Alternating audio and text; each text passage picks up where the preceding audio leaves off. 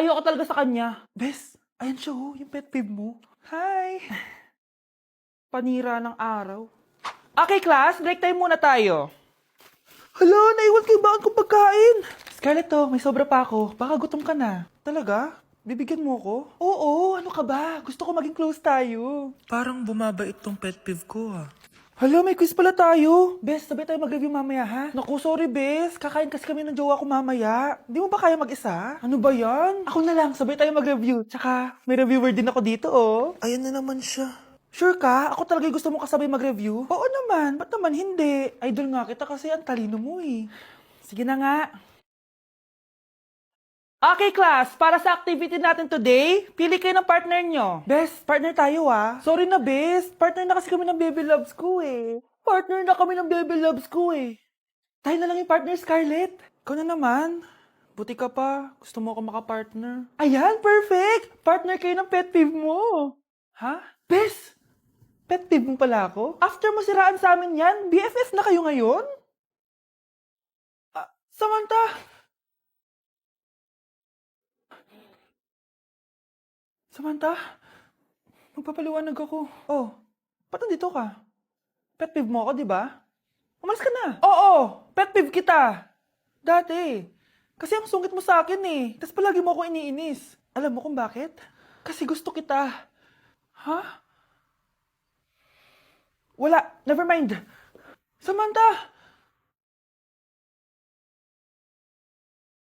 Paano yung step na yun? 1. Ha? Oh, Scarlett, anong ginagawa mo? Nay, nagpa-practice po ako. Pangarap ko po kasi sumikat parang mga K-pop. Seryoso ka ba, Scarlett? Sa ganyang itsura mo? Manalamin ka nga. Grabe ka naman, Nay. K-pop, K-pop. Okay, class. Ano ang pangarap niyo sa buhay? Ma'am, gusto ko po maging doktor. Wow, maganda yan. Pagbutihan mo, Samantha. Ikaw, Scarlett. Pangarap ko pong sumikat parang mga K-pop. Seryoso ba si Scarlett? Sa itsura mong yan? Hindi ka tatanggapin dun, Scarlett. Gumising ka. Tandaan niya to. Kakainin niya yung mga sinabi niya sa akin. Matutupad ko lahat ng pangarap ko sa tulong ng vitamin C serum ng Garnier. Gawin mo akong fresh at glowing. #hiyangcheck. Sa wakas, matutupad na yung pangarap kong glow up. Humanda kayo. Mare, yung anak mo, nagpa-perform sa TV. Talaga ba, Mare? Ako ay torpe pa noon, pero nagbago na ngayon. Now I have the courage. Sikat na yung anak ko! I have you. Ikaw at ako under the sun. I'm going now that I found the one. Kaniya'y ba't ngayon pa lang? Skin ko ay hiyang na hiyang. Ikaw at ako, we're gonna shine. Nothing can stop us, it's our time. Ready to show that you're the one. Skin ko ay hiyang na hiyang. Go and find your Garnier. Good morning, class. Na-like ng kifi ko. Na-like ng deck ko. Aba, grabe na tong mga to. Ganyan na ba yung mga natututunan nyo ngayon? Sabi ko na nga ba eh, walang magandang dulot yung TikTok na yan. Uso kasi to, ma'am. May bago na nga eh. Hay naku, Samantha, tigilan mo ako. Ano namang bago yan? Eto po, ma'am, tuturuan ko kayo. Anong pinang-like mo, Samantha? Yung esophagus ko po, ma'am. Esophagus? Grabe yung talent nyo, ha? Ikaw naman, ma'am. Try mo din. Sige. Ma'am, mali po kayo. Ma'am, sumobra po kayo. Hindi na po esophagus yan. Bitukan na po yan. Kung hindi siguro ako nag-video-video dati sa TikTok, wala siguro ako laundry shop ngayon. Because it pleases you. You've got to love me for what I am, for simply being me. Don't love me for what you intend, the hope that I will be. And if you're only using me to feed your fantasy, you're really not in love. Kakarating lang namin dito sa Vietnam at ano pa bang gagawin natin? Titikim tayo ng convenience store food. Hello, umuulan, tara na! Guys, hindi humihinto yung mga sasakyan dito kaya tatawid ka talaga. Update guys, buhay pa ako at hulaan nyo kung nasan ako. O diba, walang ganyan sa Pilipinas. First time namin dito sa Vietnam. Kaya naman excited ako kung ano ba meron dito sa convenience store nila. Kita nyo naman, ang dami din choices dito. Guys, may paanang manok dito oh. Check out natin to. Guys, parang asarap na tong Nutella banana oh. Guys, tignan yung hotdog dito oh. Kinakain daw to ng hello kaya i-check out na natin to. Tignan nyo yung mga drinks nila dito, parang lalagyan na lang ng ice. Parang masarap to guys oh, tong kulay ube. Yung pang what? Hala guys, may Vietnamese oh.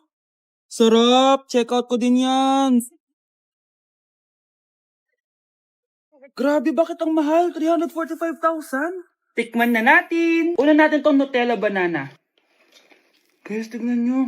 Masarap siya. Bilhin nyo to guys. 10 out of 10. Next natin tong Thai chili paste and chicken floss. Let's go.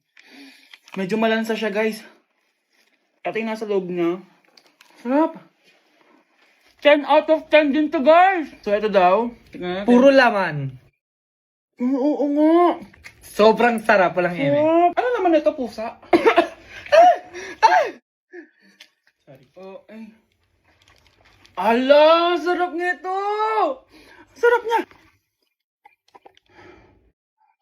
1 million out of 10. Next natin tong hotdog nila na hindi na niluluto. So, ganito siya guys. Pinil ko lang siya. Ang sarap! 9 out of 10 to sa akin. Next natin tong mix na spicy Korean chicken. Ayan, ganito yung tsura niya. Sarap siya. Hindi ko sabay. Sarap kaya. 8.5 out of 10. Masarap siya. Next natin tong Chan Garotyong na chicken feet or paa ng manok. Chicken feet talaga siya. As you can see, boneless siya. So, wala na ata siyang obo. Boneless siya. Ayan, guys. Hindi pala siya boneless. May buto siya. Oh.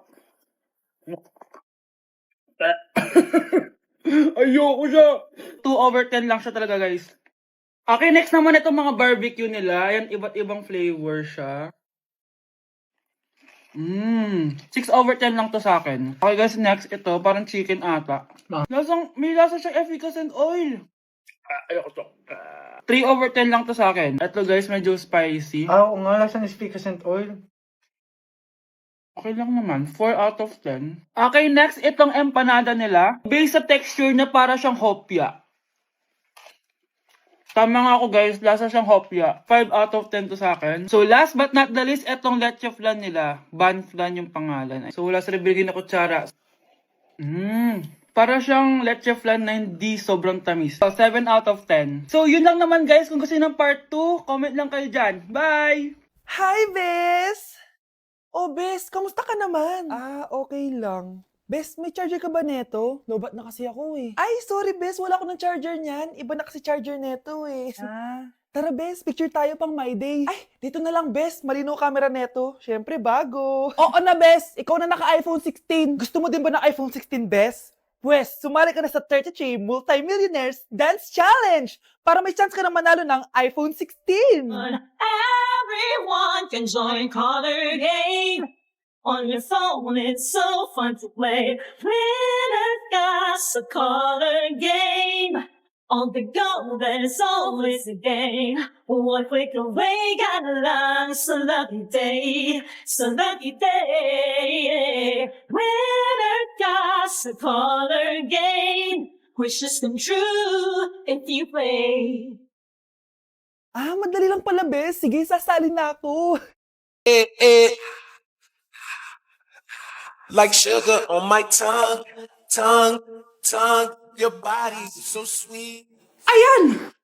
Kaya pala ang laki ng bill na kuryente natin. Nakabukas pala na matagal yan. Anay, uso kasi to yung sugar on my tongue. Sugar on my... ganun. May alam din ako uso na pwede mong gawin. Talaga, Nay? Ano yun? Gagawin ko. Walang baon for a day. Ipambabayad ko sa kuryente yung baon mo. Nay naman eh. Ito na, isasara ko na to. Huwag mong babawasan baon ko ah. Akin na nga tong cake na to. Sige na, pumasok ka na sa kwarto mo.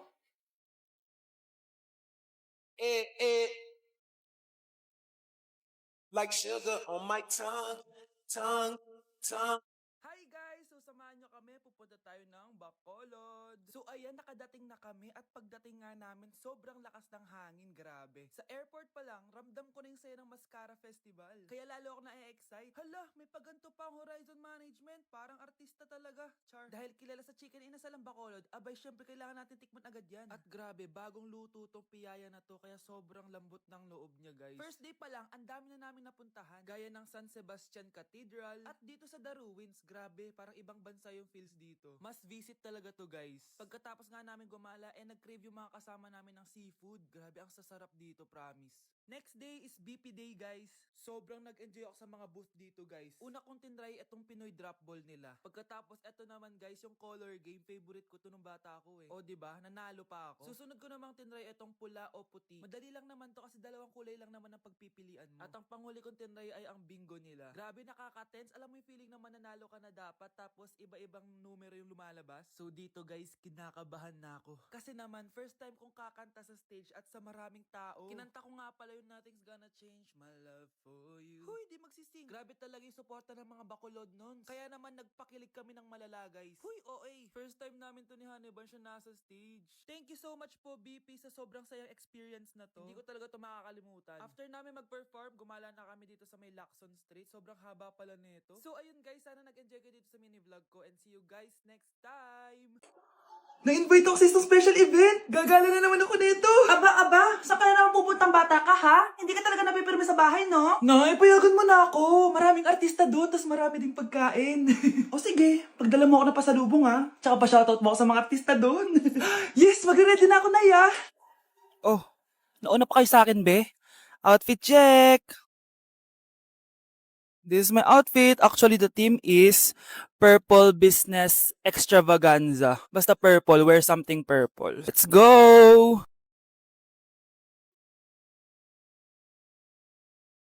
I'm so excited, guys, kasi balita ako may mga artista daw doon. So, I'll see you guys on the venue. So nakadating na tayo sa venue at invited tayo sa launching ng Pinoy Drop Ball ng Bingo Plus. Pagdating pa lang namin, pinatry na sa amin agad yung Pinoy Drop Ball. So ayun na nga, tinaya ko lahat ng token ko. So ayan guys, hinulog ko na yung 3 bola. Sobrang familiar ng laro na to kasi nakikita ko to sa mga perya dati. Charan! O diba, nanalo agad tayo ng 2. Sobrang useful ng mga napalalunan ko guys. At pumasok na kami sa mismong venue at sobrang ganda guys. At ito yung mga isa-serve na pagkain sa amin guys. Grabe, ang sarap talaga ng mga sinerve nila at ngayon lang ako nakatikim ng mga ganyan be. So ayun, nilaunch na nga yung Pinoy Drop Ball ng Bingo Plus kasama si Maine Mendoza na napakaganda. After ng big reveal, binigyan kami ng performance ng alamat. Grabe, sobrang galing nila. At eto pa be, kumanta ng napakalapit sa amin si Miss Julie Ann San Jose. Grabe, mukha siyang anghel guys. Sobra talaga kami nag-enjoy dito guys dahil ang dami naming na-meet na tao. At isa pa dito, sobrang saya ng mga activities nila. Paglabas nga namin, inabutan na kami ng ulan pero okay lang kasi nag-enjoy naman kami. So yun lang, thank you guys!